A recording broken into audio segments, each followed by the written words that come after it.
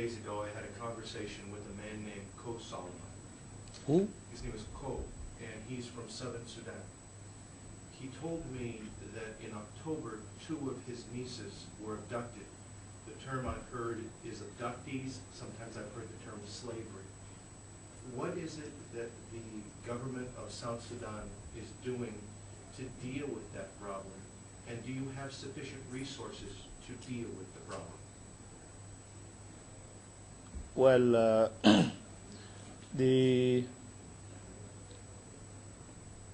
there is a problem which, of course, we have been talking about. The people who abducted his niece are their neighbors.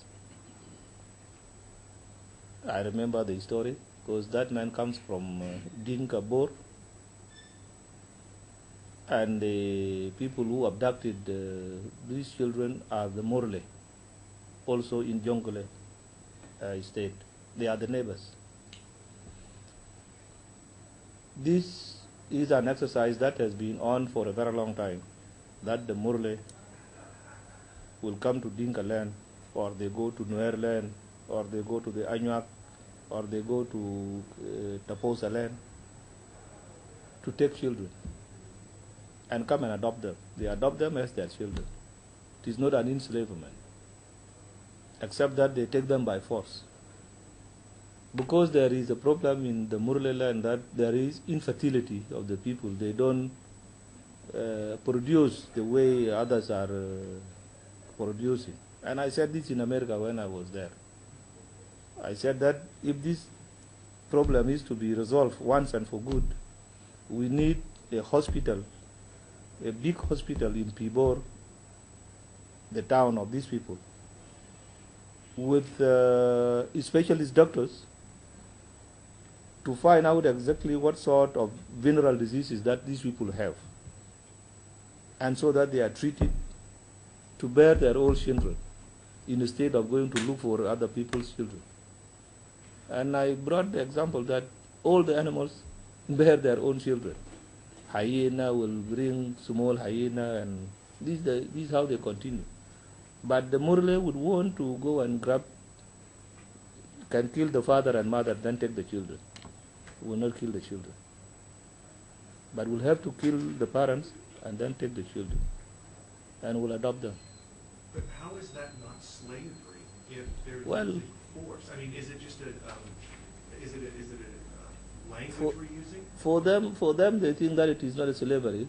We know it is slavery if you take somebody's child by force. This is what the Masiria and the Resegat did to the Dinkas in northern Bahr al-Ghazal. And John has been working there during the war, and he saw it by himself. So we have now sent in a force for disarmament, to disarm, because they were being used by the government of Sudan during the war as militias. And he has armed them properly. So we have to send in a very big force to disarm them. Now we have agreed with their leaders that the army should not use force, that they have to be given the chance, the leaders of the Morile community, to go in to talk to the people the youth that have the guns, to surrender their guns to the government without the government using the military force.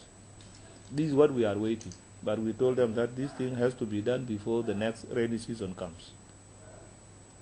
If they fail to bring all the guns, we will have to use force to disarm everybody by force. Of course, that will result into a lot of casualties. And the same thing that you are asking now, you will be the same person to come back and ask me that, why are you killing people? It is either I leave them with the guns and they terrorize the rest of the people, or I crush them to liberate the other people from being always attacked by the Morile. What will you take in that case? What do you expect me to do?